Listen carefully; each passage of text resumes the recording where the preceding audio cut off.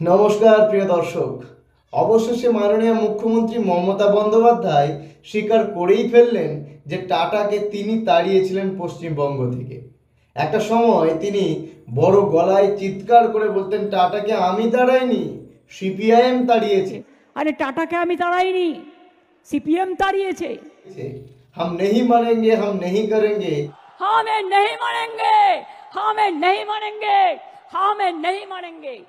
এইসব জোর জুলুমবাজির ওপর দিয়ে তিনি এই বিষয়টাকে কখনো স্বীকার করতেই চাননি। উনি এখন স্বীকার করছেন যে টাটাকে উনিই তাড়িয়েছিলেন। চলুন ভিডিওটা আগে সম্পূর্ণ দেখে নেওয়া যাক। 26 দিন আমার জীবনে আমি অনশন করেছিলাম সিঙ্গুরের কৃষকদের জমি ফিরিয়ে দেবো বলে। পিছু হটিনি, কিন্তু যতক্ষণ পর্যন্ত দাবি আদায় করতে না পেরেছি। তো দর্শক দেখলেন, উনি নিজে মুখে সেটা পর্যবেক্ষণ করে আপনাদেরকে বোঝাচ্ছেন। আমরা সকলেই জানি সিঙ্গুরে জমি আন্দোলন ঠিক কী জন্য হয়েছিল। টাটাকে তাড়ানোর একটা সুন্দর পরিকল্পনা ছিল এই জমি আন্দোলন।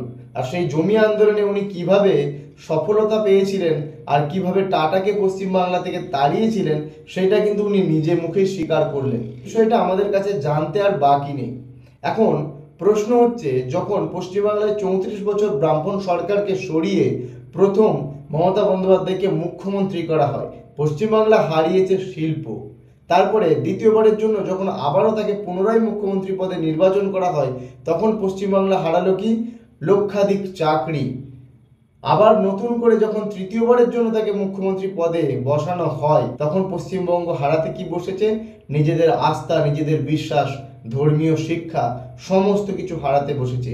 এইবার ভাবুন, এরপরেও যদি আবারও এই সরকারকে গঠন করা হয়, তাহলে পশ্চিমবাংলা ঠিক কি হারাবে? অবশ্যই আপনার এই মূল্যবান মন্তব্য কমেন্ট করে জানাতে ভুলবেন না। আমরা পশ্চিমবাংলায় এক এক করে কি হারিয়েছি আর কি হারাতে চলেছি। অবশ্যই আপনার মূল্যবান মন্তব্য রাজনৈতিক কেন্দ্রবিন্দুর আলোচনা হয়ে উঠুক। দর্শক, দেখা হচ্ছে পরবর্তী কোনো ভিডিওতে। আজকের জন্য এইটুকুই। নমস্কার।